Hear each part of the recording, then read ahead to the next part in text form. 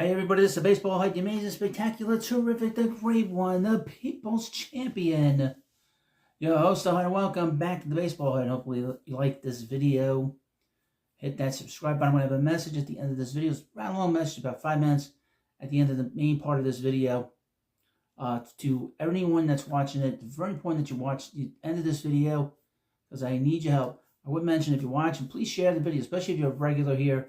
Please share this video on all the different social media platforms, either be X or Facebook, wherever you're going. But, the Mets are not going to get Roki Sasaki. I think we all know that. The rumor tonight in the last few hours has been that the Padres feel very optimistic that they're going to get him, that they're going to get him. We'll see. Now, I would mention, which I thought was interesting about the last three teams, the Dodgers, the Padres, and the Blue Jays. No pressure. No pressure from the fan base you will ever get from any of those fan bases. So if you're a Met fan annoyed that he's going to these other teams, look, if he doesn't want to be in a big market that really cares about baseball, then you don't want him here, okay? Same thing with Yamamoto. He hides behind the shadow of Shohei Ohtani. And Ohtani, they let him hide whenever he can. And there's a lot of stuff going on with that guy. That guy's a weird guy. None of those guys could handle a big market. I know Los Angeles is big, and God bless them. Hopefully, it's terrible what's going on there, but they don't really care that much about baseball. Certainly not caring about it right now. So, be that as it may. In this video, we're going to talk about a Mets prospect, a big prospect, who on January 15th is going to be made official that the Mets have signed him.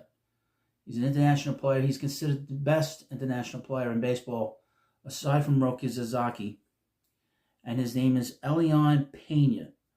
Now, I have an article here from May. This is from SMY, and this is from May. Now, this player, I obviously haven't seen, but the things they said about him are very interesting, and he's going to get an enormous signing bonus.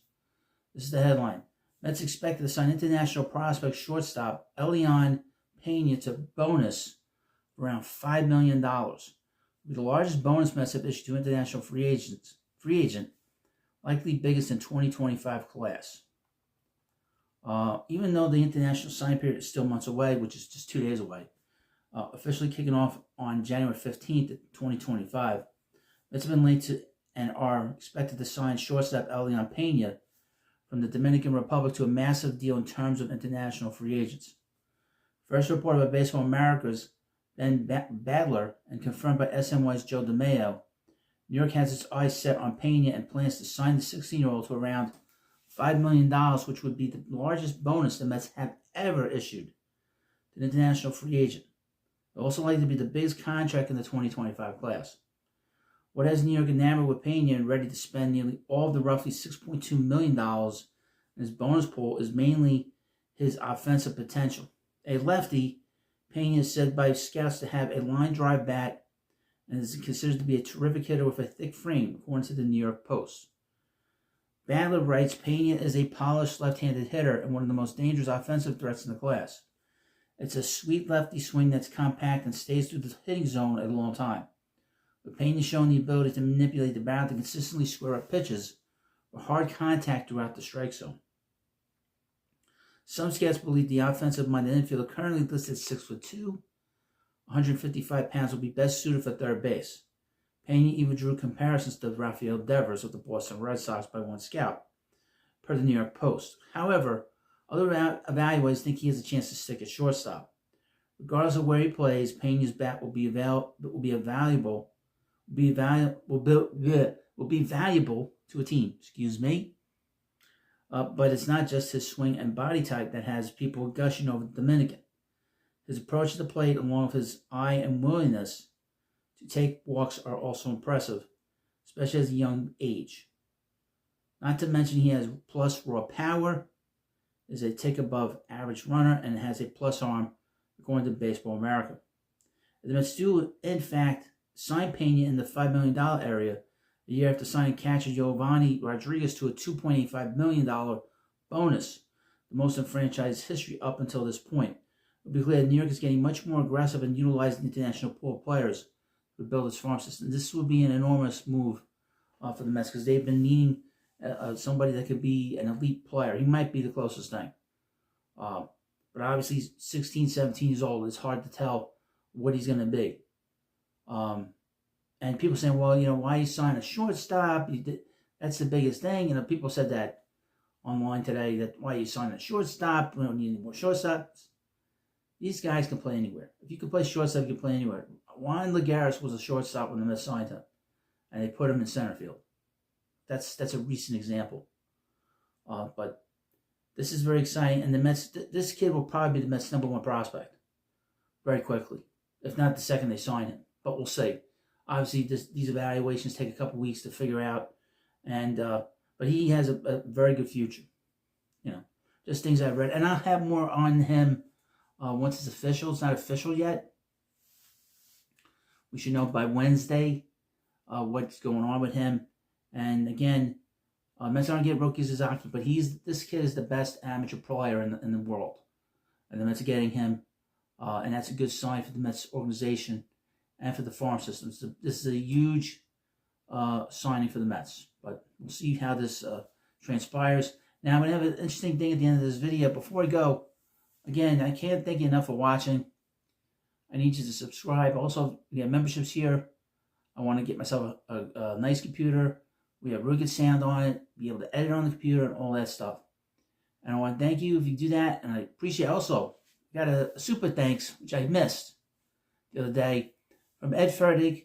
He's always writing to me. He leaves great comments, and he's always very generous. And I thank him. And I take super thanks as well. But thank you, sir, and I appreciate it. And again, please subscribe to the Baseball Hut, and I'll see you later. Now every video I do, I talk about how much I need subscribers to come on here and watch. And I was going through the numbers, and it's rather interesting that so many people do not subscribe to this channel. And if you're watching this video, you're watching the end of this video where I talk about what I need you to do, there's so many people come in here, and I appreciate people watching, but I really need you to subscribe, because this is a channel that sort of needs to be a little bit, needs to be bigger, quite frankly. But I was going through the numbers, and this is rather interesting. I have an app on my phone, and it's called the YouTube Creators app. And it gives you an idea of where you are as a channel.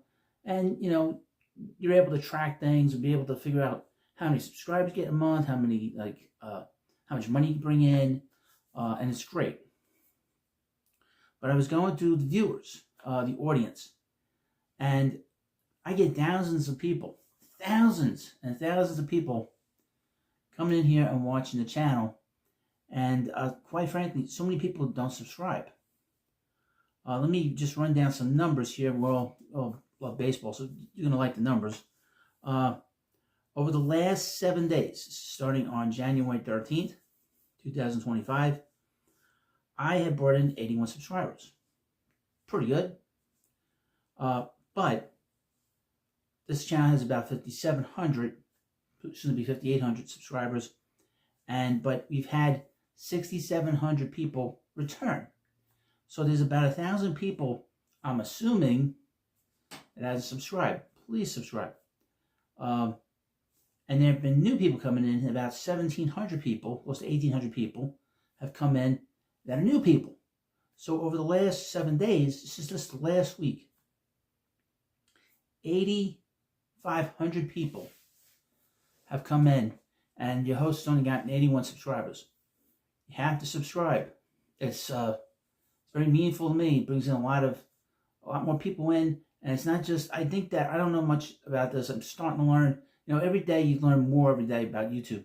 But the one thing I've noticed is that when you get a boost, and the next boost is 7,500, the money tends to go up. Now, I'm trying to really do different things here, trying to get a computer, and I've been asking people to become members, and people have become members, but I need a little bit more from people watching.